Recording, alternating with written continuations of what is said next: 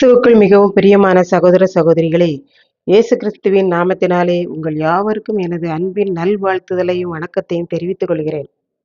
இன்றைய பகலின் குளிர்ச்சியான நாளின் தியான வசனங்கள் லூக்கா எழுதின சுவிசேஷம் 8ஆம் அதிகாரம் 2, 3 வசனங்கள்.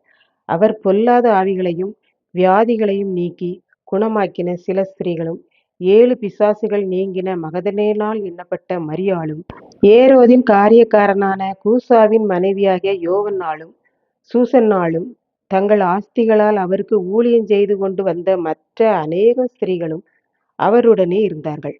இயேசு 12 சீடர்களையும் கூட்டிக் கொண்டு கிராமங்கள் பட்டணங்கள் தோறும் பிரசங்கம் பண்ணி கொண்டு வந்தார். அவருடனே இன்னும் பொல்லாத ஆவி வியாதிகள் நீக்கப்பட்ட சில பெண்களும் இயேசுவால் 7 பிசாசுகள் துரத்தப்பட்ட மகதலேனா மரியாளும், அதாவது இவள் மக்தலா என்னப்பட்ட பட்டணத்திலிருந்து வந்ததால் இவளுக்கு மகதலேனா மரியாள் என்னும் பெயரிடப்பட்டது. இன்னும் ஏரோது ராஜாவின் நிதி நிலைமையை கவனித்து கொள்ளும் கூசாவின் மனைவி யோவன்னாளும் சூசன்னாளும் தங்களுடைய சொந்த பணத்தில் இயேசுவுக்கும் சீடர்களுக்கும் உணவு கொடுத்து இயேசுவோடு சென்று ஊழியமும் செய்கிற அநேகம் ஸ்திரீகளும் அவருடனே கூட இருந்தார்கள். யூதர்களின் ஜெப ஆலயத்திலுள்ள ரபிக்களுடைய பார்வையில் பெண்களை மிகவும் குறைவாக எண்ணியதால் அவர்களை ஊழியத்திலும் மற்ற எந்த காரியத்திலும் பயன்படுத்தவில்லை. ஆனால் இயேசு ஊழியத்திலே பெண்களை பயன்படுத்தினார் என்று பார்க்கின்றோம். மேலும் இயேசுவால் ஊழியத்திற்கு பணத்தை சேகரித்து ஊழியம் செய்ய முடியும். ஆனால் மக்கள் தங்களுடைய பணத்தால் ஊழியம் செய்யட்டும், அப்போதுதான் நான் பரலோகத்திற்கு எடுத்துக்கொள்ளப்பட்ட பிறகும் தடையில்லாமல் ஊழியம் நடக்கும் என்பதற்காக இயேசு இவ்வாறு மக்களை பயன்படுத்தினார் என்று பார்க்கின்றோம். இன்றைக்கும் எல்லா ஆலயங்களிலும் திருச்சபைகளிலும் ஆண்களோடு பெண்களும் இணைந்து ஊழியத்தில் ஈடுபடுவதை பார்க்கின்றோம். இந்த முறைமையை அனுபவத்தை ஆண்டவராகிய இயேசு கிறிஸ்து நமக்காக உருவாக்கி கொடுத்த முறைமையாகும். ஆகவே நாம் இன்னும் ஆர்வமாக ஊழியத்தில் ஈடுபட்டு ஆசீர்வாதங்களை பெற்றுக்கொள்வோம்.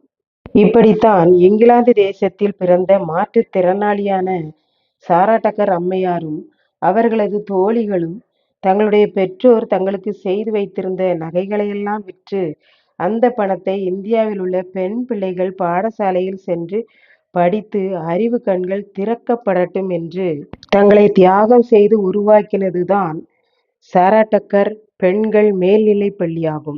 சாரா டக்கர் கல்லூரி, டக்கர் அம்மாள்புரம் ஆகிய இடங்களும் அவருடைய பணங்களினால் உருவானது. இன்று எல்லாரும் சாரா டக்கர் என்கிற பெயரை உச்சரிக்கிற அளவுக்கு அது வளர்ந்து பெருகி இருக்கிறது.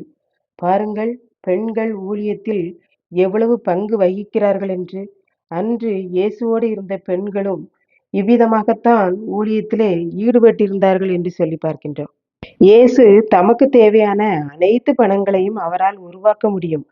ஆனால் பாருங்கள், ஆலயத்திற்கோ திருச்சபையின் பல காரியங்களுக்கோ நன்கொடைகள் கேட்க செல்லும் பொழுது கொடுக்கிறவர்கள் உயர்ந்தவர்களாகவும் பெற்றுக்கொள்கிறவர்கள் தாழ்ந்தவர்களாகவும் தெரிகிறது. அப்படியானால் நம் இயேசுவை பாருங்கள், அநேக பெண்களுடைய உதவியினால் ஊழியம் செய்திருக்கிறார் என்றால் அவர் தன்னை எவ்வளவு தாழ்த்தியிருக்கிறார் என்று நாம் பார்க்கின்றோம். ஆகவே நாம் அவருக்கு ஊழியம் செய்து ஆசீர்வாதத்தை பெற்றுக்கொள்வோமாக. கர்த்தர் தாமே இந்த வார்த்தைகளை ஆசீர்வதிப்பாராக. ஆமென். ஜெபம். அன்பின் ஆண்டவரே, இந்த அருமையான நல்ல நாளுக்காக நன்றி செலுத்துகிறேன். இதை கேட்டு கொண்டிருக்கிற ஒவ்வொருவரும் தங்களுடைய ஆஸ்திகளால் உமக்கு ஊழியம் செய்து குடும்பமாய் ஆசீர்வாதம் பெற நீர் கிருபை செய்தருளும். இயேசு கிறிஸ்துவின் நிமித்தம் வேண்டிக் கொள்கிறேன் பிதாவே. ஆமென்.